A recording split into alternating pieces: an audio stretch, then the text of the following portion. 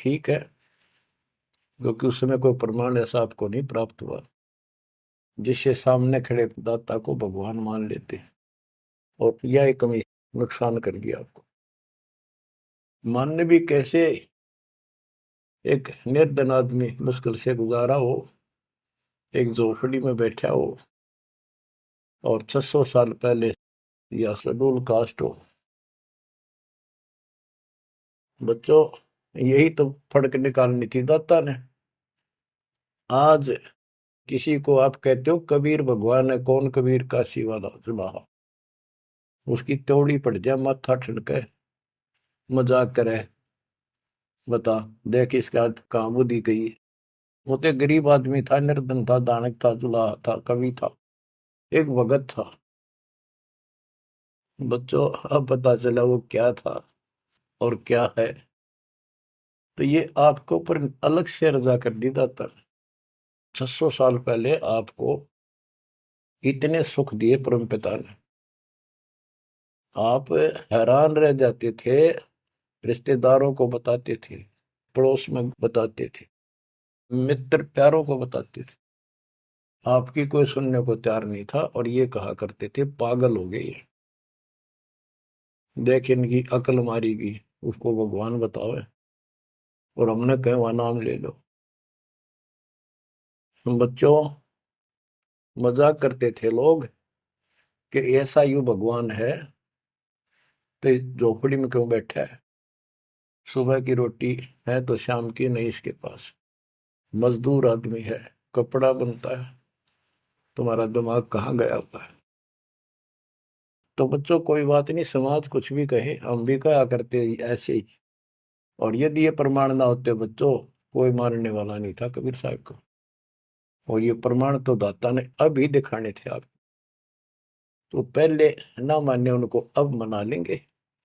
अपने बच्चों को खोज लेंगे कति धरती के किसी कोने पर हो, ऐसे इंस्ट्रूमेंट बनवा दिए दाता ने, ऐसे उपकरण तैयार करवा दिए, कहीं बैठा हो परमात्मा का बच्चा वहीं से खींच लाऊंगे पकड़ के।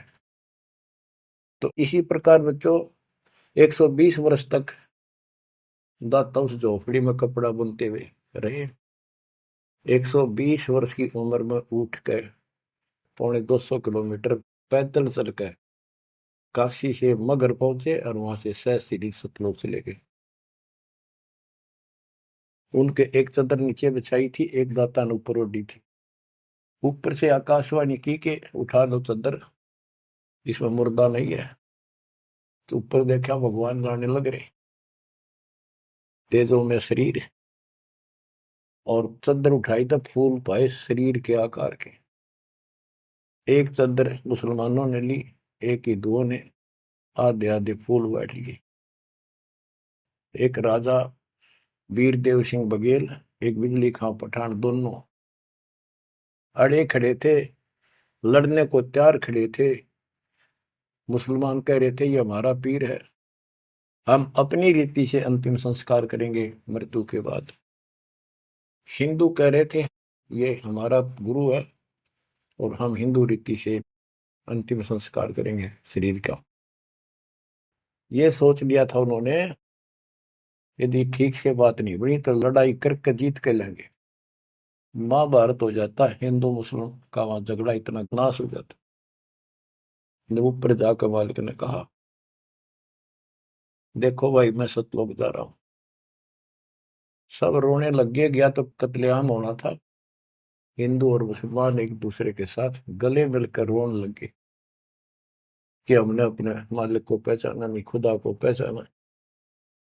तो बच्चों, अब रोने से क्या बोले, समय पर पहचानना चाहिए था। इसी प्रकार दास के बारे में आप कहीं चर्चा करते हो, आपके मुख से अनायास ही निकल जाता है हमारे गुरु जी ऐसे ऐसे है, ऐसा ज्ञान, ऐसी भक्ति, हमें ऐसे लाभ हो रहे हैं। बच्चों, कबीर साहब उस दिन भी भगवान थे और आज भी भगवान है।